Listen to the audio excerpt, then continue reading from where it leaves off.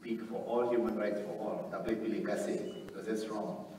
So that even includes LGBT community, and we've always taken the position, treat them with compassion, kindness, no tortures, very general, nothing more than that.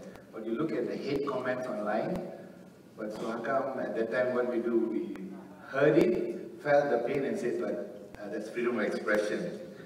The third point is, in 2018, you may not be familiar with this thing called the Universal Periodic Review of the UN. Every 5 years, government needs to submit a report card on human rights to the UN. So it's a coalition called the Coalition of Malaysian NGOs for UPR called Komango. Komas is the secretary with Suaram. There was a campaign called Campaign Sejuta Ummah Tolak Komango. And there was online short videos in a kampung school in Limbang telling people to hate a group, to hate UPR without any knowledge. And they used the word pengkhianat about the hate. So I remember this as I come, and I thought that the stories of old. Only 2 weeks ago, a video on TikTok by Persatuan Surplus in Penang.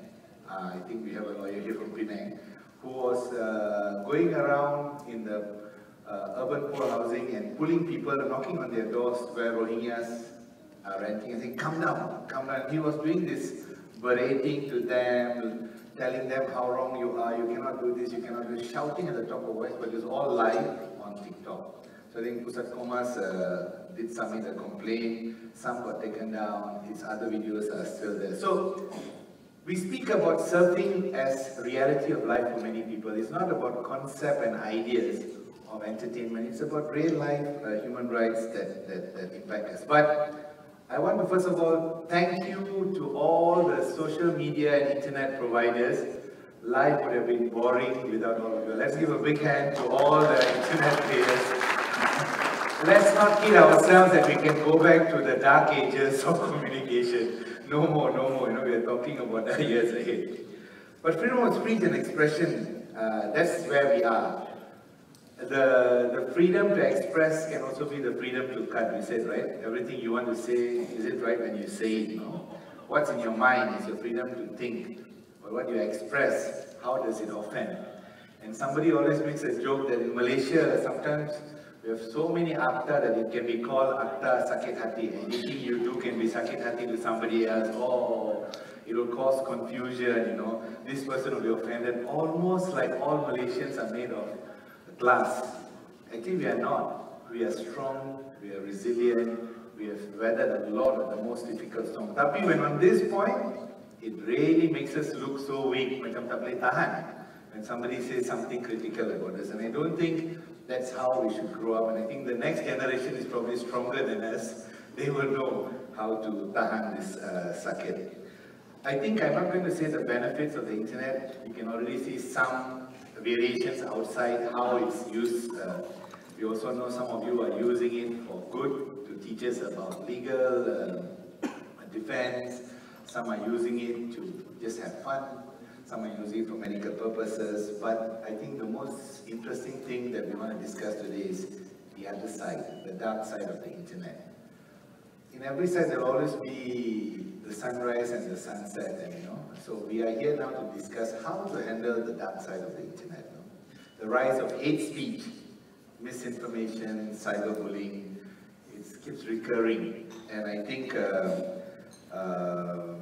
for every part of this, there's always a victim. You and I may think, this how come? But somebody feels it, somebody feels affected, somebody feels threatened. Sometimes it also leads to loss of life, you know, because we've heard this, some suicides taking place assigned to the kind of commentary online, you know. But who's to be blamed, you know? The comments, it was not designed to make you commit suicide, but it was contributory to that stage of mental health. You know. Can we reduce this? I think eliminating is difficult, but what's the counterculture to this dark culture where internet is used to abuse? Yeah. So I think there was a UNICEF ranking that Malaysia ranked #2 in Asia. We're always very proud of our ranking, but I think not for this, for cyberbullying according to UNICEF. So this is not the proud moment, right? So Also, I know MCMC probably we can get more data. The amount of complaints you have received in the thousands, up to 7,000 in 2020. But I also want to juxtapose this. When I was in Suhakam, we only received like 6 complaints from 2015 to 2021. So people don't make the human right issue as a defense and coming to Suhakam. But I'm glad that other places are getting it. But I think TikTok was plucked out and assigned blame for GE15 for the loss or win, whichever side you want to see. Like they did everything, but you say the platform is a neutral platform. It can be orang baik guna, dia baik lah. Orang jahat guna, jadi jahat lah. So, but then the question is, Mediha mentioned, it's about the co-responsibility of all actors in this. And GE15 was horrible. It was almost like you could put anything, there was even repeats of the May 13 bloodshed, Any nation will never celebrate such painful parts. We will learn from this lesson to become a better nation, but not to use it to threaten. But it still happens, Yeah. And I think recently CIJ and the coalition of groups a few days ago also released a report, and they picked up 66,000 mentions or linked to racism, 24,000 mentions on religious issues during that period, October to November, during the G15.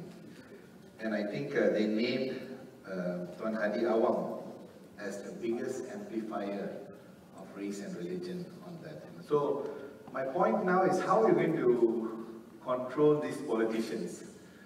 They seem to be our friend. I mean, some politicians may come here this afternoon to close, so we have to remind our good kawan, the Tuan Fahmi. Politicians are needed to fight this, but they are also the perpetrators and people who pour fuel, all because they want to win. Is it worth winning the elections when you burn the country down? This is our question. We need to start demanding politicians. We are not stupid, we don't need you to burn, we know who to choose, and we will decide based on your track record. But we have to stop them. If we don't put a stop, the fire burns, and that's why they get so much attraction on TikTok, right? Yeah.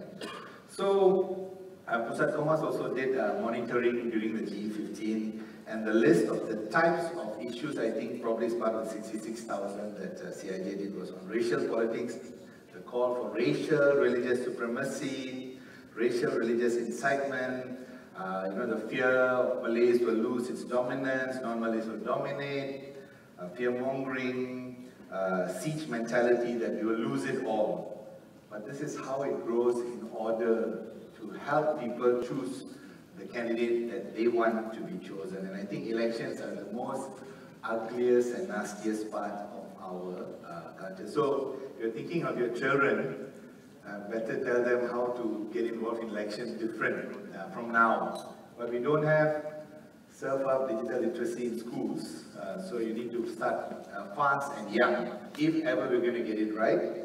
And we need to call out people who are abusing the system. Silence is not an option anymore, because the more you keep silent, the more they get away. So, the report by CIJ and the team, they called up people, and that's the only way we're going to stop it. I think TikTok, I just saw yesterday that as of from April 1st to June 30th, 2021, you removed 81 million videos. I thought, wow, that was big, but I realized there was only 1% of all the TikTok videos. I thought, wow, how do you put another 2 zeros? Maybe it's 8 billion, I don't know. For 3 months, 8 billion TikTok videos are online. I don't know how you remove 81 million, but there are probably many more who got away. So this is our question. How can we make this space? Is it TikTok's responsibility to remove 5 billion out of 8 billion, or enable a different culture of a co-responsibility?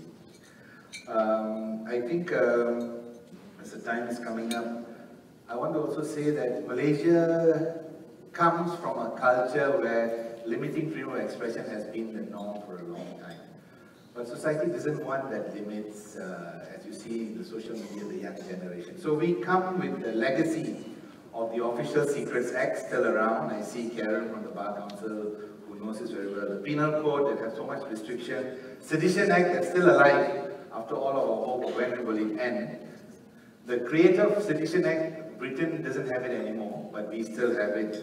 And we amended it. Printing Presses Act, University Colleges Act, Film Censorship Act, MCMC Act. So it's a long list of what can happen. And to give you a point, between 2013 and 2016, under Prime Minister Najib's reign, 170 sedition cases were brought. That's the largest number compared to all prime ministers before him. So what do we do as those interested to go against this trend?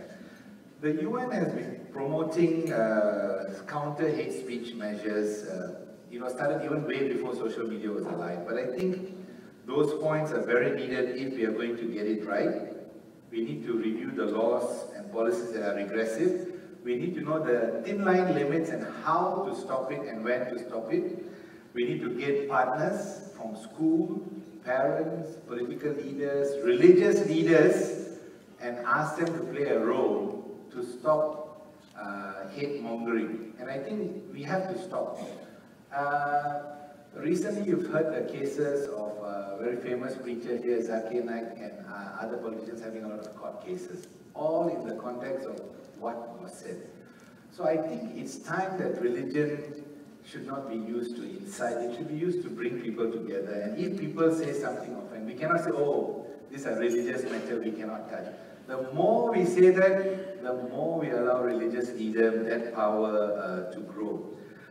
So I think the important point to remember is there's this UN framework called the Rabat Plan of Action. I think some other experts may speak about it. But in this Rabat Plan of Action, government cannot keep quiet. It has to take effective measures to ensure public functionaries conduct the public duties. This is where I think we haven't got the formula right. The spark usually comes from people in power at the top, and then they get away, and all of us, by the time we run to catch up, we are like, alamak, it's too late already. So this is the speed that TikTok safety oversight or departments will do, Facebook, other online platforms, how fast they respond and what they do. Because sometimes you complain and you investigate after 3 weeks, it's already done its damage, Whatever you do now, it's undoing the damage. So I think my final words, as a Malaysian, as a human rights defender together with you, this is a joint responsibility. We need to empower Malaysians not to keep quiet anymore. Not only use the platform, but defend the platform as our space not to be controlled for hate and bigotry. We have to be responsible citizens, and I think it's time we stop this culture. Waste of time to make comments. People always say nonsense. The more we say that, the nonsense grows, and that's why the negative anti grows, and you and I have no comment there, so no way to stop the algorithm, right? Please, let's make more complaints to MCMC, complaints to all the different bodies, police. I know MCMC already headache to officers who are pening to investigate, but that's the role of a body that has the power to think. So let's use the law, let's have better policies, let's start in schools, let's also create a juncture where we can come together to mediate a new Malaysia, a new culture. And no one should use any platform just to win, because when one wins, a whole lot of society loses. Thank you very much, ladies and gentlemen. Thank you very much, Mr. Joseph. 15 minutes, but straight from the heart. Now, here's the thing. When he mentioned that, of course, us Malaysians having hearts of glass so easily broken. I must say, many of us think Gen Z are the perpetrators. Generation Strawberry, we call them. But I must say, they are the toughest generation yet. They've just come up through a pandemic. They've come up to an earth that is not sustainable. They've come up to a force where it's hard to find work. These people are under pressure, not to mention, well, once you have a taste of ambrosia, which is called social media, we can never go back. So what is the way forward? And I'd like to just pick up a point where Mr. Joseph did say politicians are also part of this problem. Unfortunately, many of our so-called leaders out there, it's proven they will do whatever it takes to win, salt the earth, burn everything as long as they remain standing. So maybe it's time to reconsider, Mr. Joseph, who is actually the Pengkhianat Negara. But that's time for another storyline. Just because Tuan Fahmi is not here yet, we can still stop. But it's just a friendly reminder of us. The Minister of Communication, Digital Communication will be here, Tuan Fahmi Fazil as well as his deputy. So we'll be here ourselves. But still, let's hope we can still speak our mind, because, as Mr. Joseph said earlier, silence is no longer an option.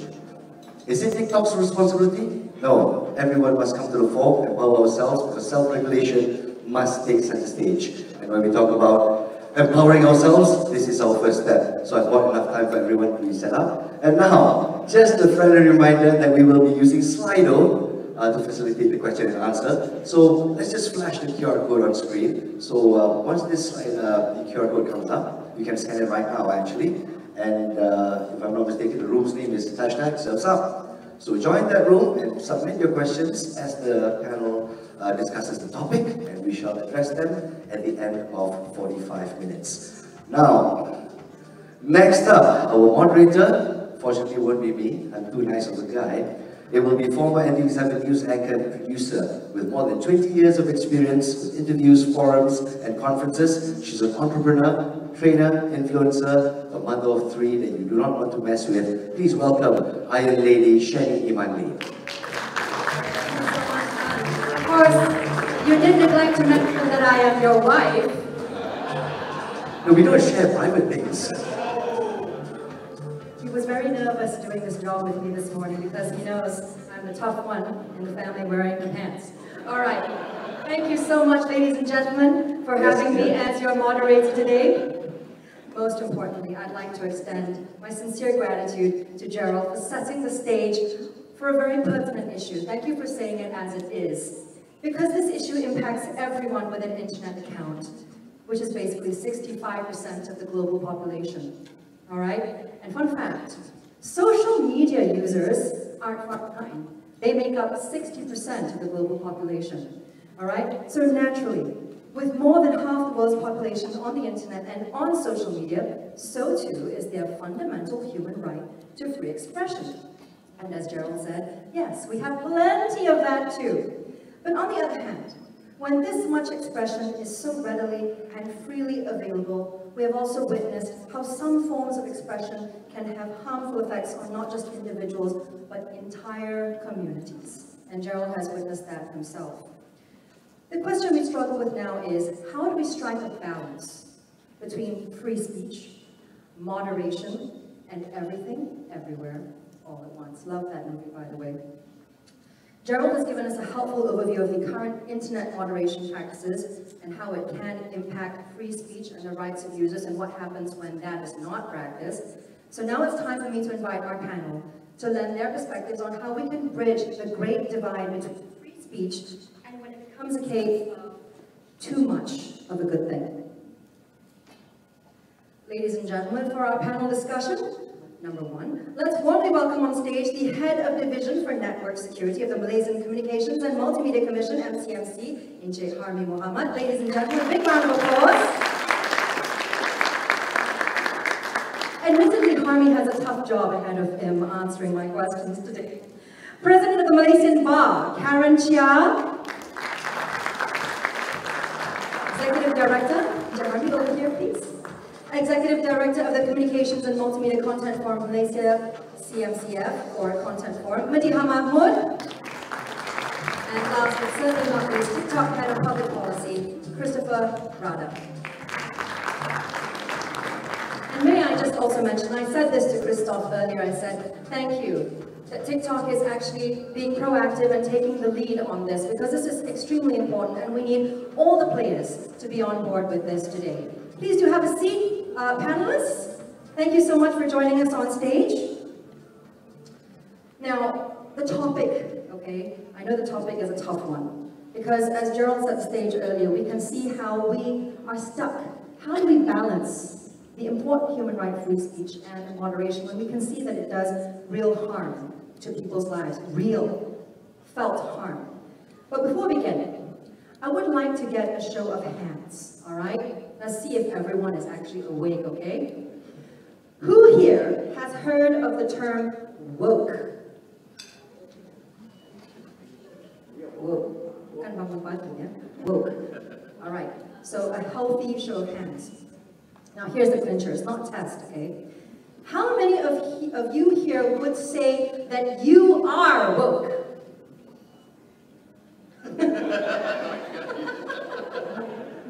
Okay, now I said this isn't a test. It is. No, it isn't. Now, depending on how you identify with it, being woke isn't necessarily a bad thing, or even a good thing. In the past, woke simply meant just that, okay? Waking up, all right? Or waking up from sleep or being awake. Now, it refers to being politically or culturally aware, particularly regarding marginalized communities. It describes individuals who have become conscious of social justice, question societal norms, and are vocal about their opinions, which isn't a bad thing, right? And that's why you have Lawyer Gandhi raising his hand, because that's what he's about, right? Now, with more and more people getting online, it really is very easy nowadays to get woke. Social media platforms, forums, online communities enable people to exchange their opinions and engage in discussions, and so it's very easy to become woke. However, lately there has been an increasing downside to being woke, and I'm guessing that that's why many of you did not want to raise your hands. Groups championing justice are increasingly intimidating those who don't agree with them into silence. And funnily enough, each side will accuse the other side of being woke. So what was once a positive term to denote championing social justice is now devolving into a practice of calling out and cancelling perceived injustice and prejudice, creating an unhealthy environment of toxicity and conflict. So here we are. Today we'll be discussing all of these issues, but we will start with this one. For the sake of being woke, all right, and the negative and positives of it, it all starts with freedom of expression, all right? To my dear panelists, and I hope this won't get us canceled, okay? Are internet users today becoming overly woke or sensitive, or are they instead increasingly desensitized towards content? Christoph, as the head of public policy at TikTok, you get the first hot seat. Sure. I think we touched on a lot of good points there. I think number one, we see the potential because now we are given this wealth of opportunity, access to the internet, huge amounts of information we can access at our fingertips to our mobile phones.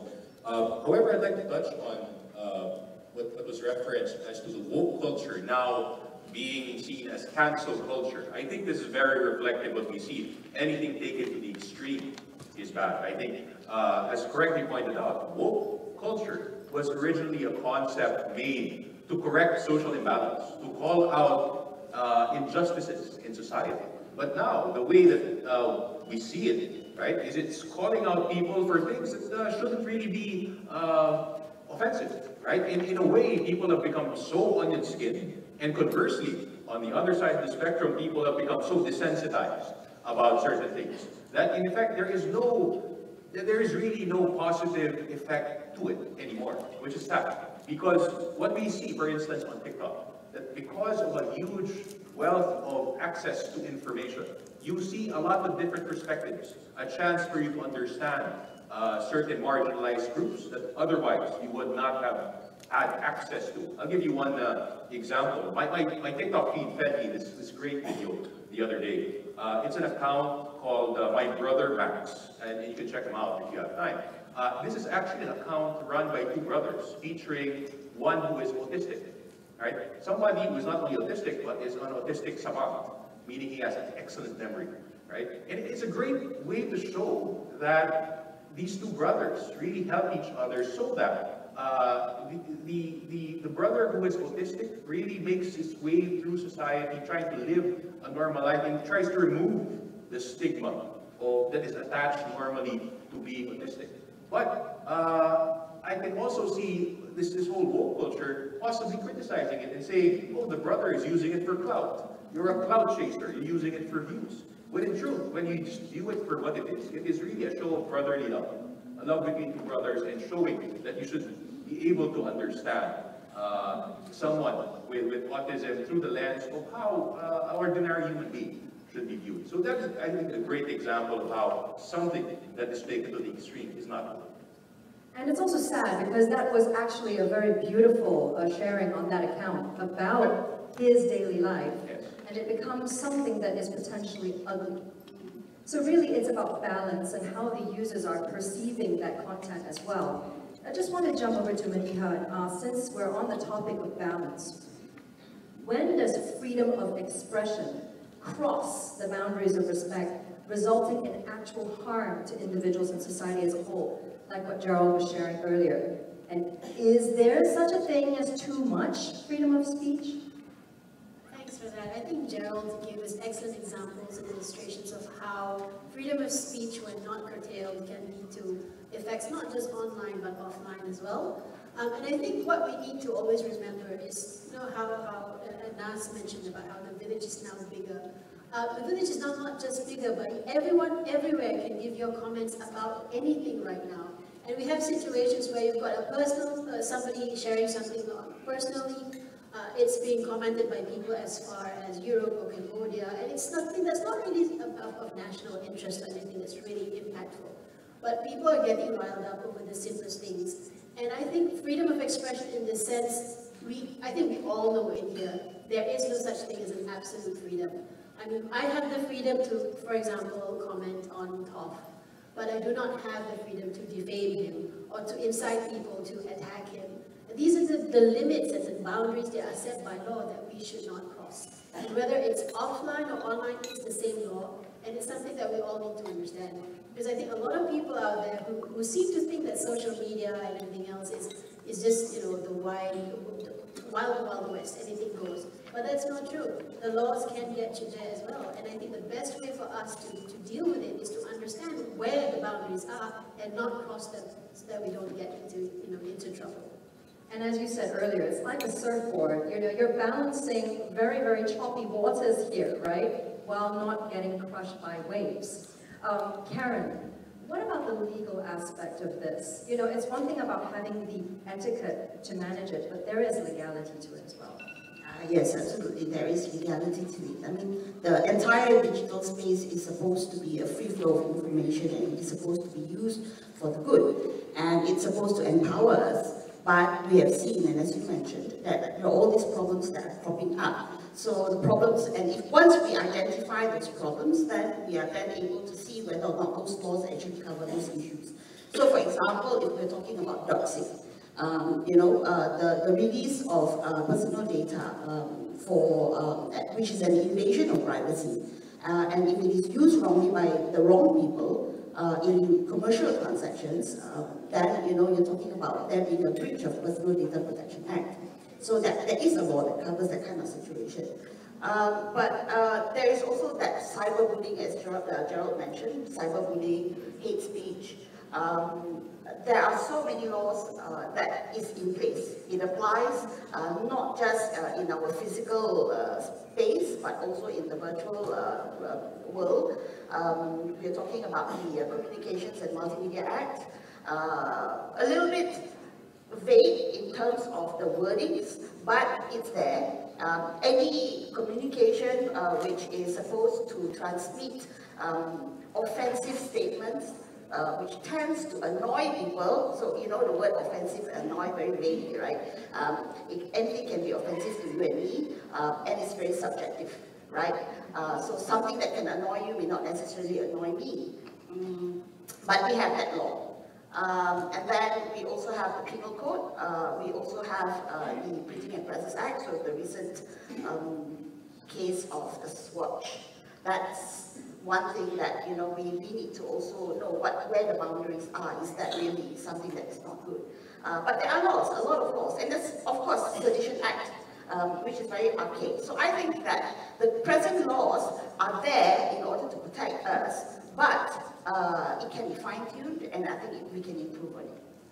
Yeah, and as you mentioned, doxing. Our social media, our Malaysian netizens pride themselves really on being the tenthro bawang, kan?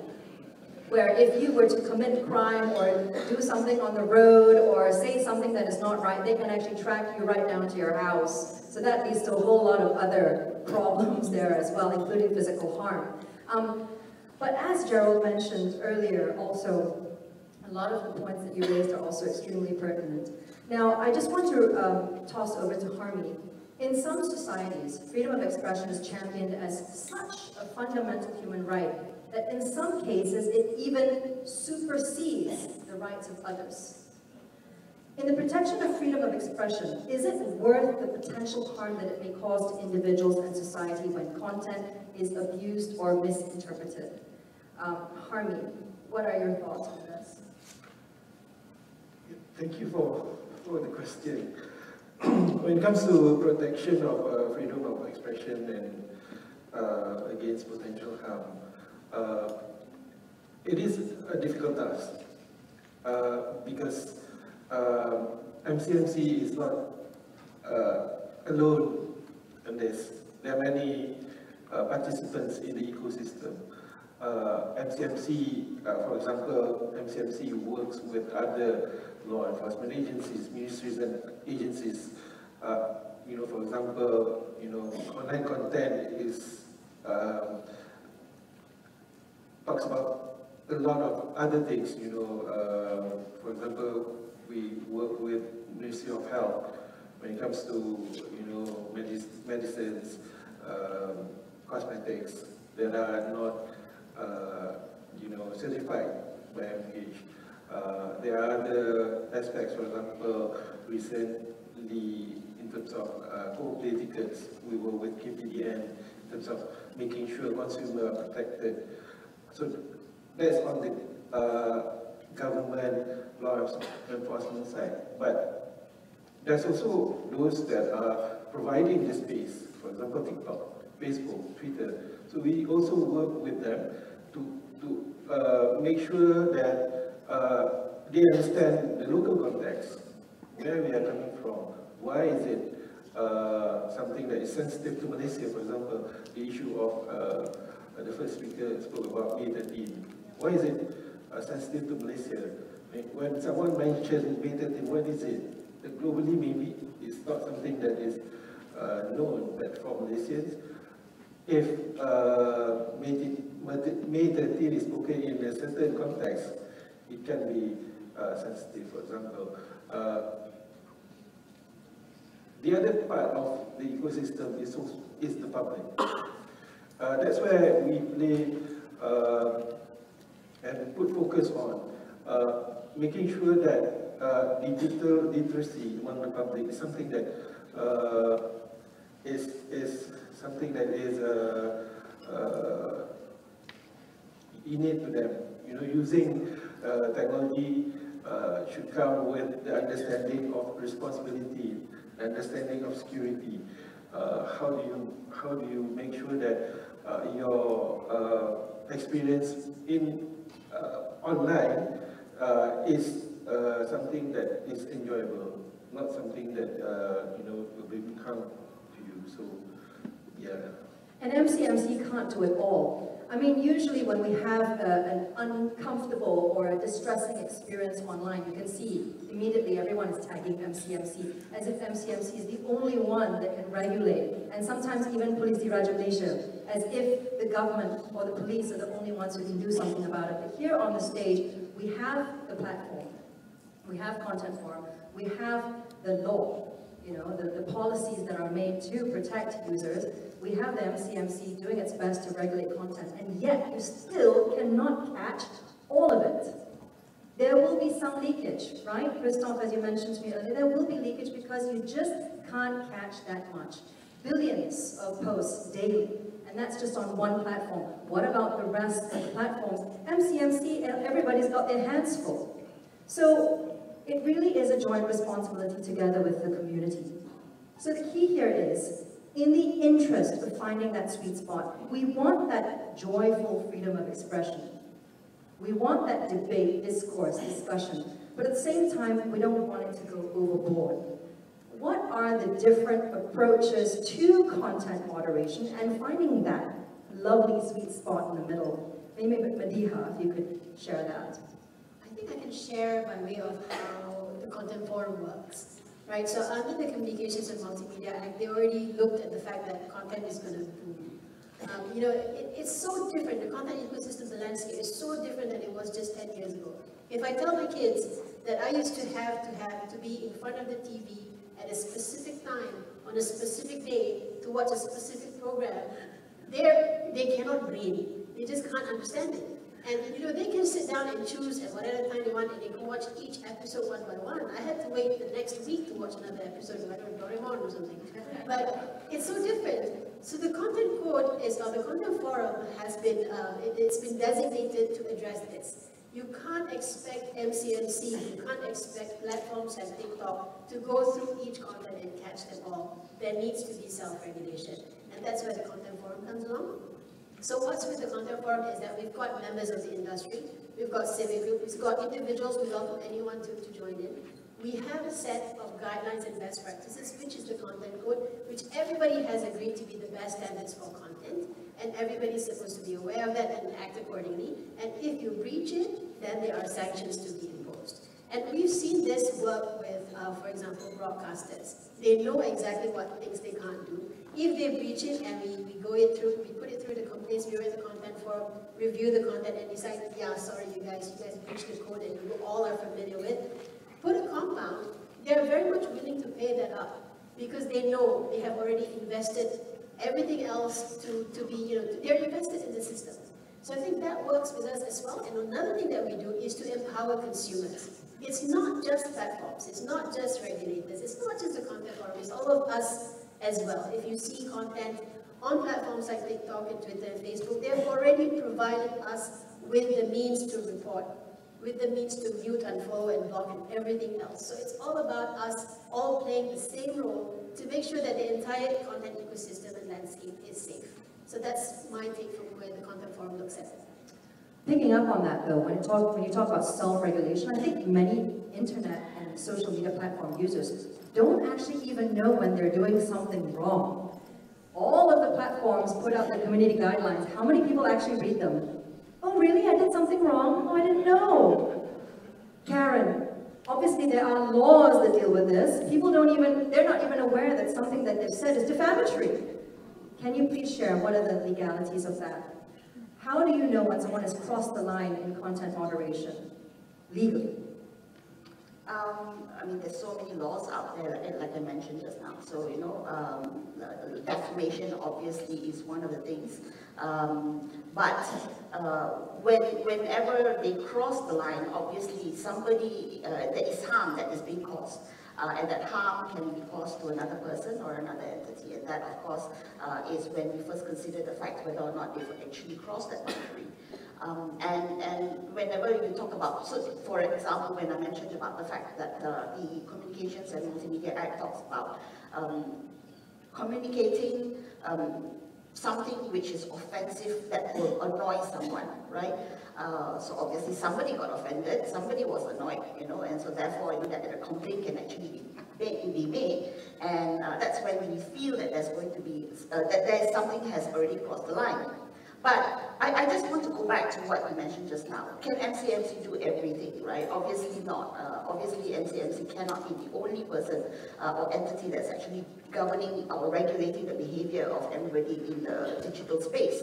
I think I would like to narrow it down to 5 different categories. One is, of course, the government, being the policymaker. MCMC, of course, is one of them. But that's just the enforcement part. What about coming up with policies that is going to actually create a more harmonious situation within the digital space? And I think that's the responsibility of the government to do so. And then we also have, of course, the NGOs or like the Malaysian Bar or Komas or the activists, and we are the ones who are actually pushing for reforms to ensure that the policies are actually established.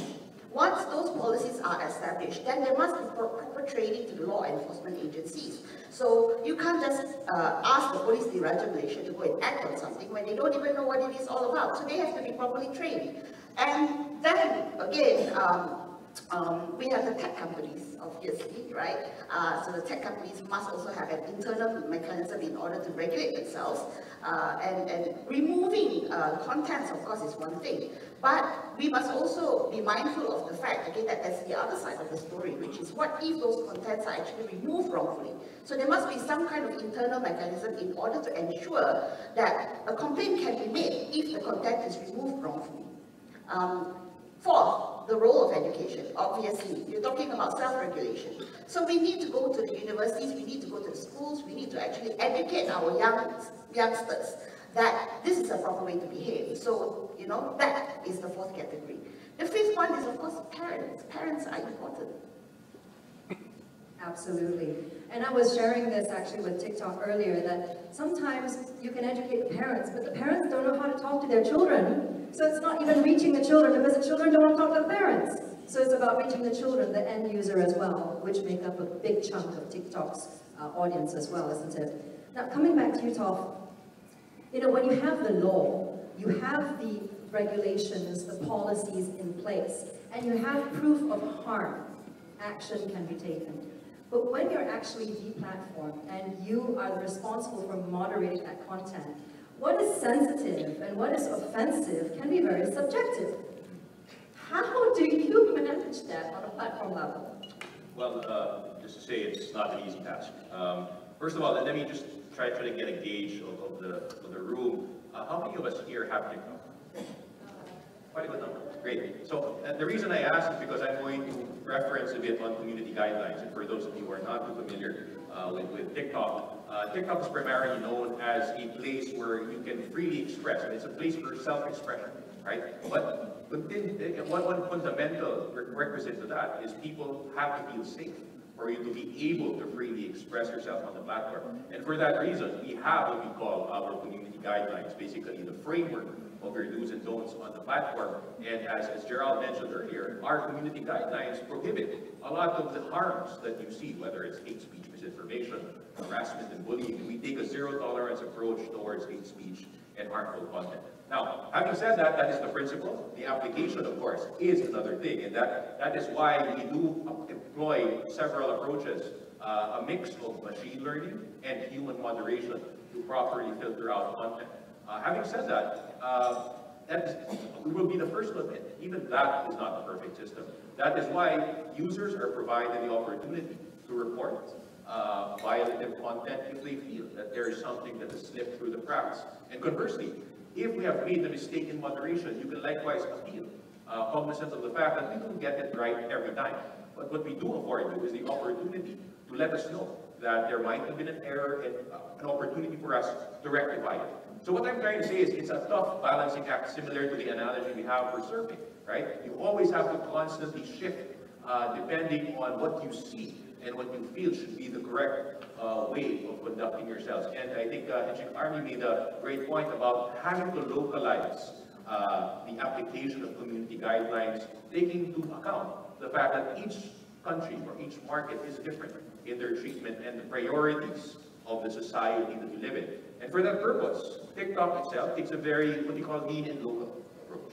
And to operationalize that as well, we are now in the process of forming what we call regional safety advisory councils for us to fully understand all of these intricacies and nuances in the various markets and the various regions. And lastly, allow me to share that while a lot of criticism has been thrown on various platforms, on TikTok, we publish what we call a transparency report. It's readily available on our website, together with our community guidelines. Anyone can access it. And you might be interested to know, when you see the transparency report, about 95% of violative content is removed from the platform, even before anyone sees it, right? So it's the remainder of that 95% that gets moderated through the process I described earlier. And like I said, it is not an easy process, so we would require all of your help, right? Not to say that we are trying to release ourselves from that obligation, but to say that this is such a huge problem that it becomes a shared responsibility for us to try and look for ways to really either mitigate or completely remove the problem. Actually, when we were speaking privately before the event, I love the word that you used to refer to our audience members here today. You refer to them as allies. And I think essentially that encapsulates the whole idea here, is that we can't do this alone. Everyone here in this room is your ally towards online safety. So it seems like between all of these approaches, we do have a solid, approach on paper, okay, on paper to moderation in Malaysia. But this has also got me wondering, we're talking about the moderation part. Are there any implications of restricting freedom of speech in the name of protecting other values and interests? And if so, what are they? Maybe Karen. Well, the laws are the laws. Obviously, when we talk about the freedom of speech, it is something which is a right of the citizen. That's deeply entrenched in our federal constitution. But the federal constitution does go on to say that freedom of speech is still subject to existing laws. So, and that's the reason why, with all those other laws that I was talking about, that it's not supposed to be a curtailment of freedom of speech, but I think it is to be able to entrench some kind of a responsibility on the citizen when they are exercising that right. So it cannot be an absolute freedom. So that was right. There's no such thing as an absolute freedom. When we are looking at those laws, we definitely want to be making sure that there are no elements that can incite harm, elements that can incite physical harm, elements that's going to create unrest, elements that may be against national security. Those are things which is for the greater good.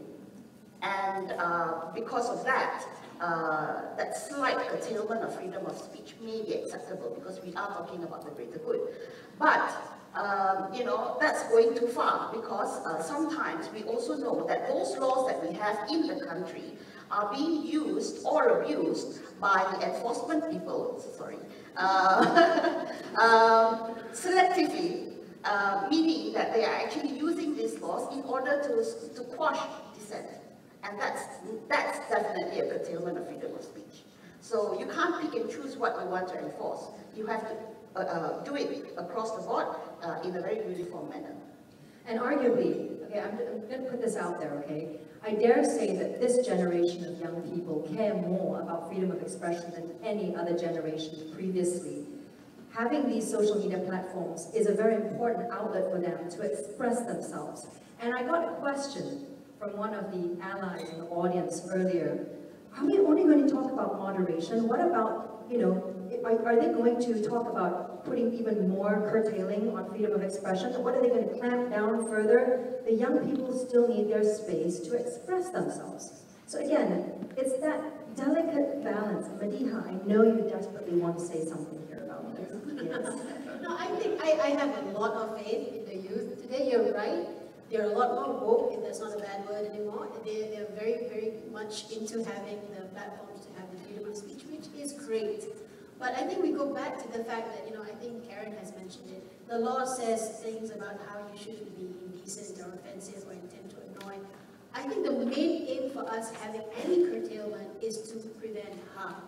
So I can be as annoyed as possible, but if it doesn't harm me in any way, then I don't think enforcement should be the key. We have had people complaining about, I think MCMC also received this complaint, about a TikTok video of a certain celebrity who was dressed in tight baju melayu and dancing around. Yes, that may have annoyed you, but how has that harmed you? What laws have they broken? So I think there needs to be that understanding as well. We can be woke, we can go for freedom of expression. Everyone has their own standard of creativity. We report and we take action only when there's imminent harm or actual harm, and I think that should be the standard. And coming back to harming, obviously, if you are receiving complaints like this, and thanks about celebrity pakai baju Melayu yang ketat, how do you manage all of this, and at which point do you actually say, no, this has to be taken off the platform?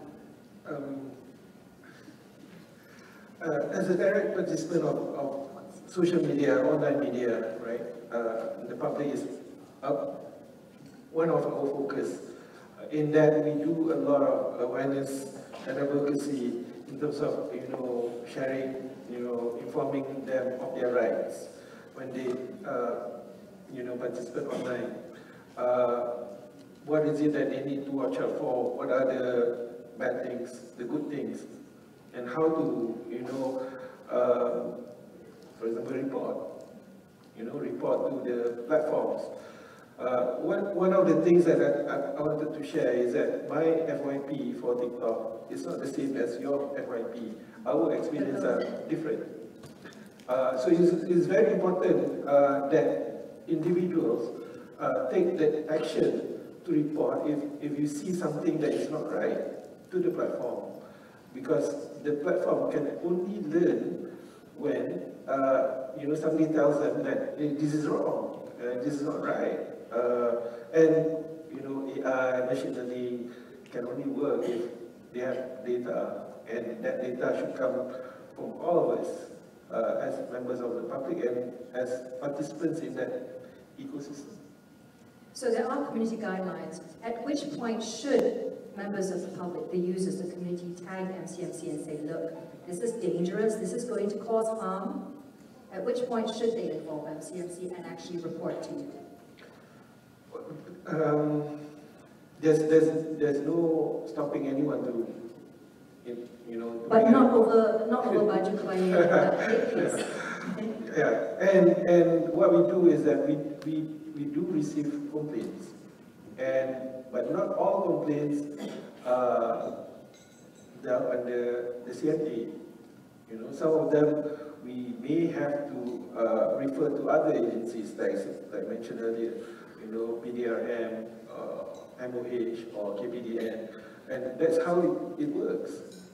And I think making complaints is not a bad thing. It creates awareness of what is not right. So, yeah. But definitely no pornography, no child exploitation, none of that. Things that you can definitely see are causing harm, yes, right? Report. Yep. Okay? Report on the platform and report to MCMC. Okay. Now, this brings me to my final question, and this is a real kicker, okay? This one's going to take some time. Bridging the Great Divide. Now, it's hard enough doing this in the real world, kan? How can freedom of expression and content moderation coexist successfully in the online world? Medina. Sorry, I mean, you know, it's content forum, so. I was already expecting it to be Pastor Tom, so I think it can exist. I think it's all about how we all act reasonably, right? Because I think Karen mentioned the fact that the law says certain things are offensive and obscene, and we don't really know what that actually means. The content forum actually helps with this. The content code helps to interpret what those things are. So you don't just have to complain and pass it to poor MCMC, you can pass it to us as well. Because what happens then is we've got a complaints bureau led by a chairman and representatives from different categories of our members, so there's broadcasters, advertisers, civic groups. They will look at the content and say, okay, yes, this is indecent, or no, this is not. And a lot of people usually come to me and say, you know, how independent is content forum? You guys are sitting under MCMC anyway, you'll just do whatever they say. That's not true. In fact, there have been situations where MCMC have given us complaints and said, this content looks like it's a breach of your content code. We looked at it and we disagreed and said, no, it's not a breach of the content code, and MCMC respects that, and they don't pursue it. So I think like a check and balance. Yes, it's a check and balance. So that's one way of making sure that content moderation, self-regulation is able to flourish without, you know, infringing anybody's rights. Everyone needs to get involved. And that content code is readily accessible to the public, yes? Absolutely, we've got tons of copies out there for all of you here, and it's also accessible on our website, contentforum.my. And the great thing about that is we just revamped the entire Content Forum last year, and we had a nationwide public consultation, so a lot of the things in there are actually things that we got from members of the public. Fantastic. Karen, you know, and yes, I'm sorry, because obviously we can't run, there is a legality to it, and also being accountable in the decision-making process for internet moderation is equally important.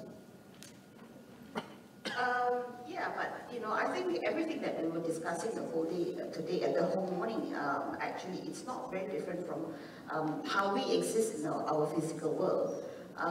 Except that, you know, this is a new era and we're dealing with it because it's new to us.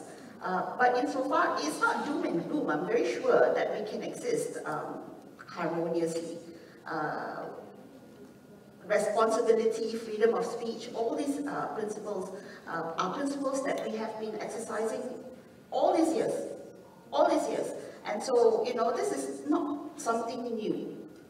We just are dealing with it in the digital space, that's all. So the laws are still in play. It may not necessarily take immediate response. It takes time for people to actually, you know, process the complaint to see whether or not the complaint is actually justified or not justified. But then that is how the administration of justice works anyway. That's how the court system works anyway. And, you know, we've had the court system for hundreds and thousands of years. So, you know, it is not something that is new. So we can exist harmoniously. Really not doom and gloom. If you ask me whether or not there can be an improvement, obviously yes. I'm going to actually push and advocate for the National Harmony Bill. That's something that the Malaysian Bar has been trying to advocate for a long, long time. We want the National Harmony Bill, especially when we are able to enact something that's called Race and Religious Hate Crimes Bill. Because race and religion is something which is very sensitive insofar as our local context is concerned. And we want this, and we want a special commission to be set up in order to hear this kind of offences. The whole idea really is to promote and preserve that national harmony. We are very unique because of our setup. And so this is, I think the National Harmony Bill is something very, very important. For us, we can exist harmoniously with this bill in place. And there'll be an opportunity for this bill to also address that expression on on the internet as well. Whereas previous bills may, previous policies may not have taken into account that freedom of expression in person, as you're saying, in the real world, is very different from freedom of expression online. Half of the things we say online, we would never say in real life. How do we even address that? And then you have people who say, oh, I said such and such and such. What? That's my freedom of speech, what? Right? But how do you prove that that is actually harming somebody?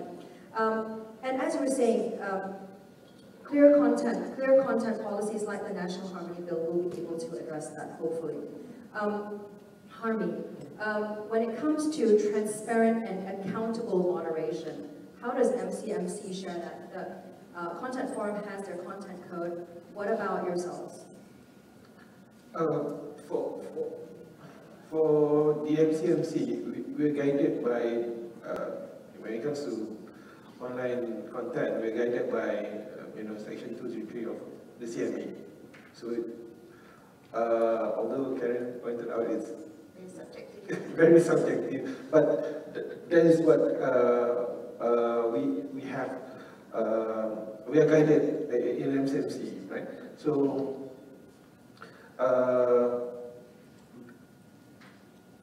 there is opportunity for the public to come back to MCMC if they feel that this is the decision when we do, when we take action against any online content, and ask us to relook at it. So that is that space for that, for the public to come back to MCMC and say, okay, we need to understand more about why this decision was done, and if there are things that can be done to actually Address that. that's right. And then of course you have Madiha saying, no, we disagree. Toph, what about TikTok managing that surfboard? What are you guys doing internally? Allow me to respond by sharing an observation that I've seen. That every time anything goes wrong, there is a huge tendency for us to start pointing fingers at who is at fault, right? It's the fault of the platform, it's the fault of the government, it's the fault of the media, right? But of course, as they say, when you start pointing fingers, you realize that there are more fingers pointing back at you, right? So that is really how we see it. That it is really a mindfulness exercise for us to realize that we all have a responsibility here. Us as an online platform, we have a responsibility to properly enforce our community guidelines to make it fair and transparent. But equally important is that users are not passive actors. We're all empowered.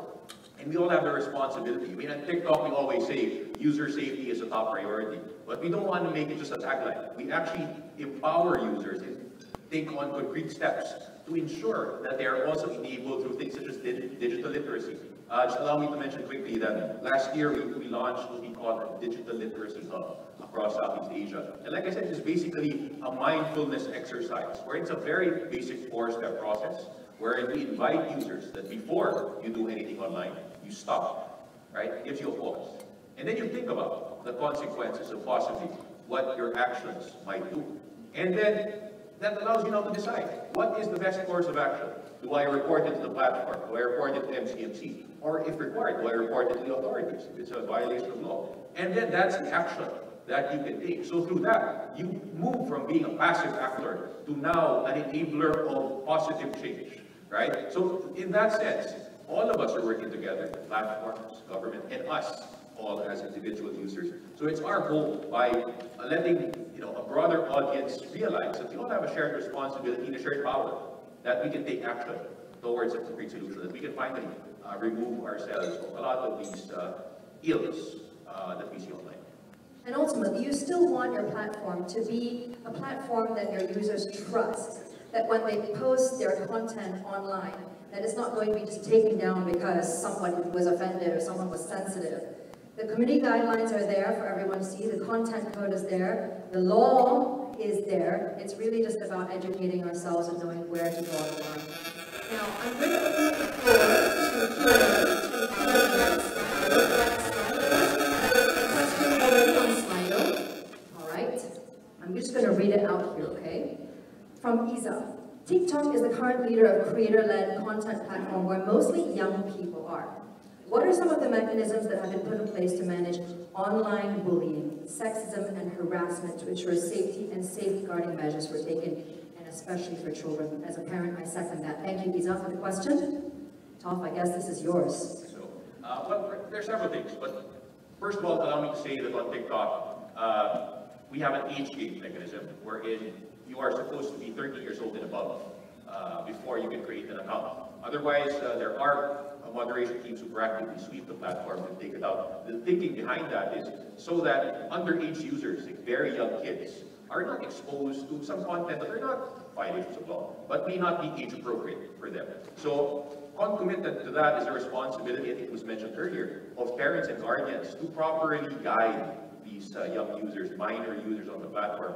And for that purpose, we actually rolled out last week in NCCARB, we were there in the same forum, launching our family pairing feature on the platform, wherein parents can actually link their accounts to the accounts of their minor children. That way you can guide your kids and actually prohibit them from seeing inappropriate age-inappropriate content, as well as disabling, say, common features, common functions for very minor users, as well as, the question always is, how do you now enable the parents to properly teach their kids? We have also rolled out a family pairing toolkit that allows parents to go through some salient points and basic key messages so that they can have those conversations with their kids. So TikTok is also very happy to do that. And of course, lastly, as we mentioned, the community guidelines are there to enforce properly any infringement of rights or abuses that we see on the platform.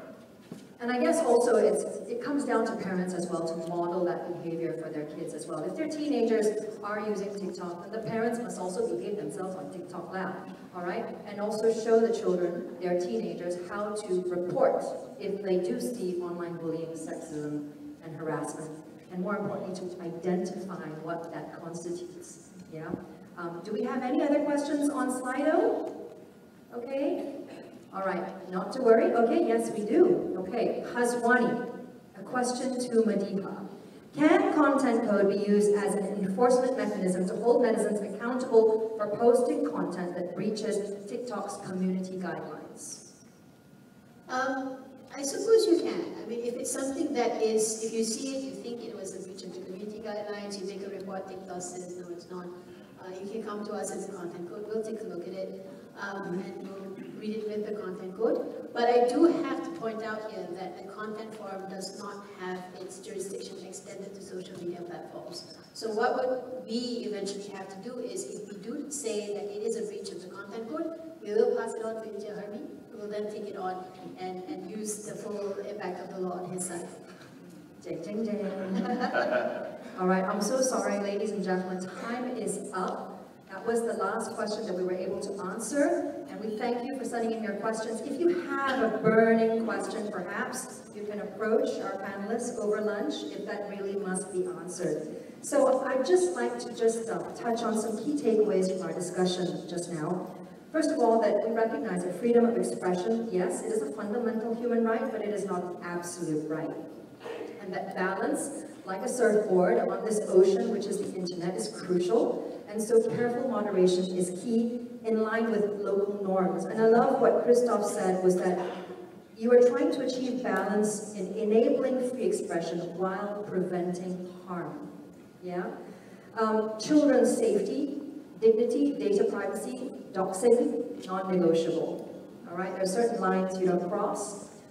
Users must be provided tools to empower themselves to work alongside the content moderators. So half the job comes down to us. We have to educate ourselves. What are those guidelines? What are the laws? And subscribe to Lawyer Gandhi to get the rest of the information. And finally, transparency and accountability is crucial in moderating content to ensure that we do not erode the trust of the user. All right, and that, unfortunately, is all the time we have for this panel. I hope everyone here took away a thing or two. Thank you once again to Top, Mediha, Karen, and of course, Anya for your valuable input. And you've certainly given us a lot to think about as we move into our next session. Thank you once again. Naz, over to you. Thank you, Shani. Thank you to our panelists again. A big round of applause. Insightful indeed. So beware that Bawang Malaysia, MCMC, and Content Forum is watching you. But of course, watching you not to feel that you are being, quashing your dissent. It is more of to empower you with a feeling of responsibility, to be responsible for the things you say. So I just wanted to touch, maybe there was no time to touch for it just now. I'm actually really curious about Section 273. Of course, MCMC uses it. But there are issues with the ambiguity of the ACTA, and I really hope, as Karen mentioned earlier, of the National Harmony Bill. I really hope that bill does come through to address race sensitivities and religious sensitivities here in Malaysia. Sometimes, during our time, we, the older generation, I think it's better to keep silent. But I think silence, we can no longer keep silent when it comes to these issues, especially when it comes to educating our children on the right things to do, the right things to say online. Baiklah, we're going to have a quick lunch break. The time right now is 12:10 p.m. We're supposed to have lunch at 12 o'clock. So unfortunately, because we didn't start that late, our humble apologies. We're going to cut down lunch break by 10 minutes. So we're going to give you 20 minutes to do rest. And we hope for everyone to be back in the room by 1 p.m. as we shall be expecting the arrival of the Minister of Communications and Digital, as well as our Deputy Minister will be here as well, so time is of the essence. Just a friendly reminder for guests to participate in the activities outside. If you haven't made your bath bombs, now